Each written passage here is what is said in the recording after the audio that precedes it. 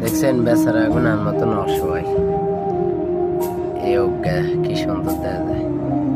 এই আর অজ্ঞা একদম আর কালারের আরো আছে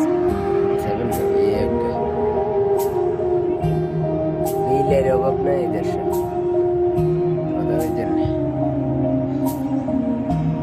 এখানে বসে রয়েছে কেএফসি মাতামের পাশে।